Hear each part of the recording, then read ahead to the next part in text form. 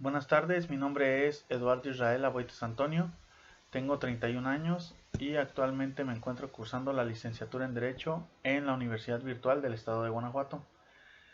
Mi número de matrícula es 175066. El curso que actualmente estoy llevando es el de Derechos Humanos en el ámbito internacional, volumen 1. El nombre del reto es ¿cuál es la responsabilidad del Estado mexicano? Mi asesora para este curso es la profesora Cintia Montserrat Zacarías López. La fecha de elaboración es del 31 de mayo del 2022. Bueno, en esta actividad analizaremos dos casos que son los que se nos presentan y responderemos un cuestionamiento acerca de los mismos.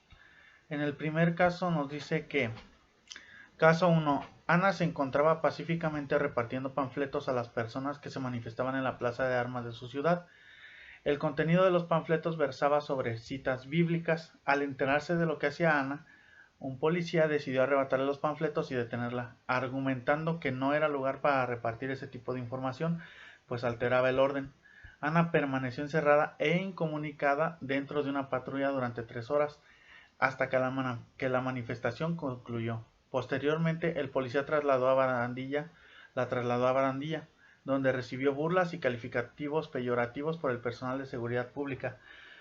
Luego de un día detenida, la dejaron en libertad. Ana denunció el hecho ante la Fiscalía General del Estado, así como ante la Comisión Estatal de Derechos Humanos.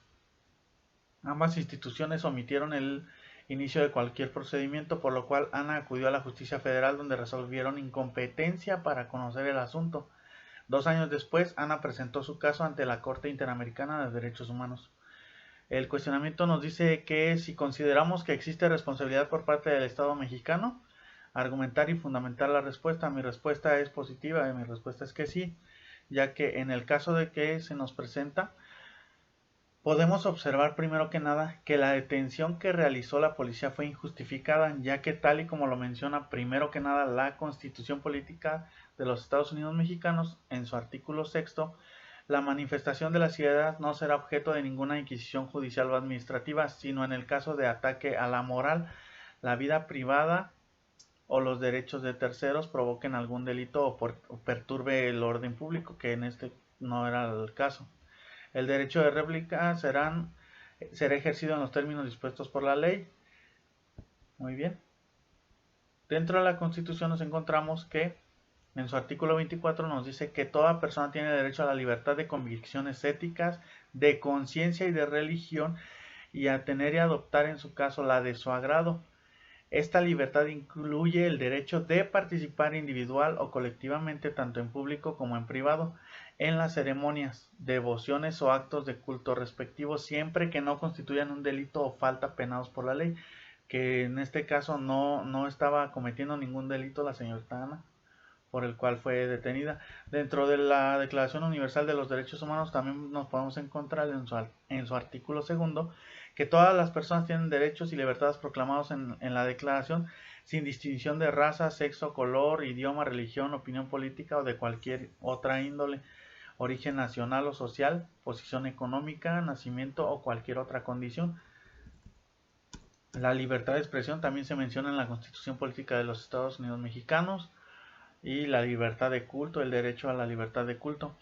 En el artículo 18 de la Declaración Universal de los Derechos Humanos nos dice que toda persona tiene derecho a la libertad de pensamiento, de conciencia y de religión. Este derecho incluye la libertad de cambiar de religión o de creencia, así como la libertad de manifestar su religión. Muy bien. Dentro del artículo 9 de la Ley General del Sistema Nacional de Seguridad Pública nos dice que nadie puede ser detenido arbitrariamente. Ok, fue lo que hicieron con la señorita Ana.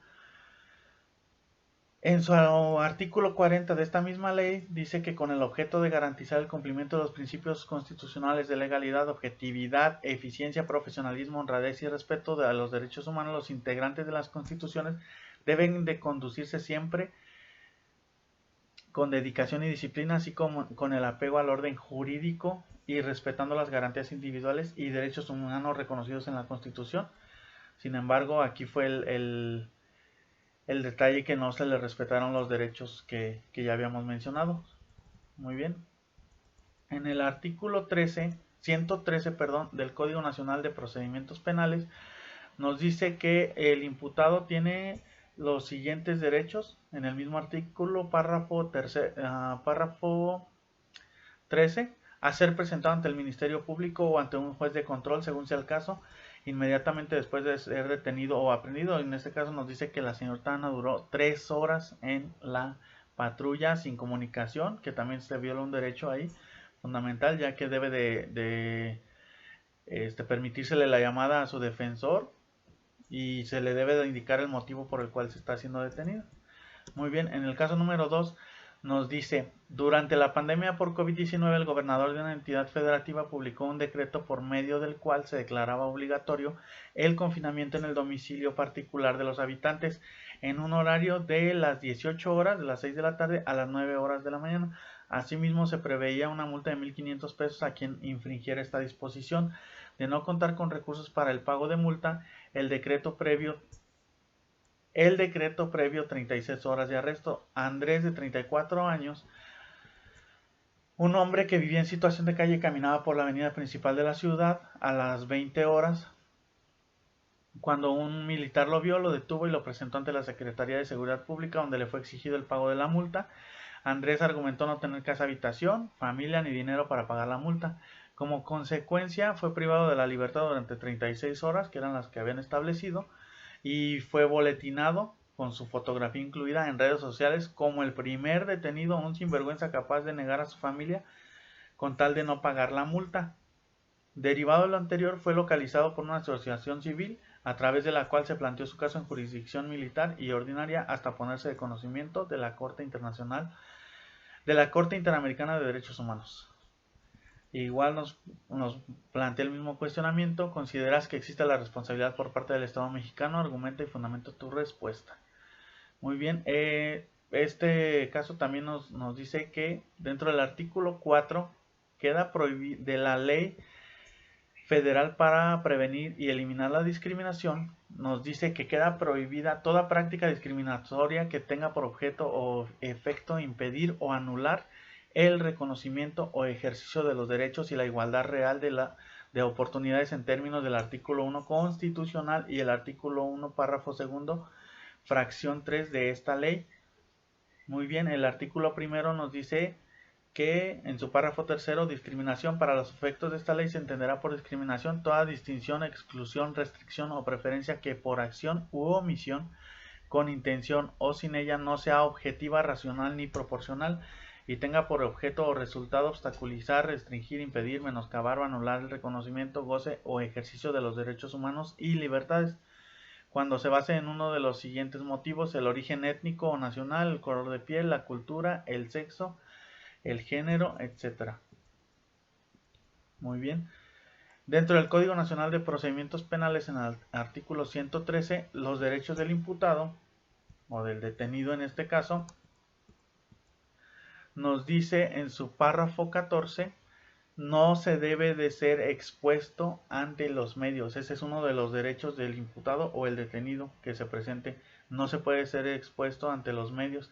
En este caso violaron también sus datos personales por haber publicado la fotografía en redes. Muy bien, como podemos ver en ambos casos, es una clara violación de los derechos humanos para ambas partes y tiene responsabilidad el Estado mexicano. Muy bien, por mi parte es todo. Muchas gracias.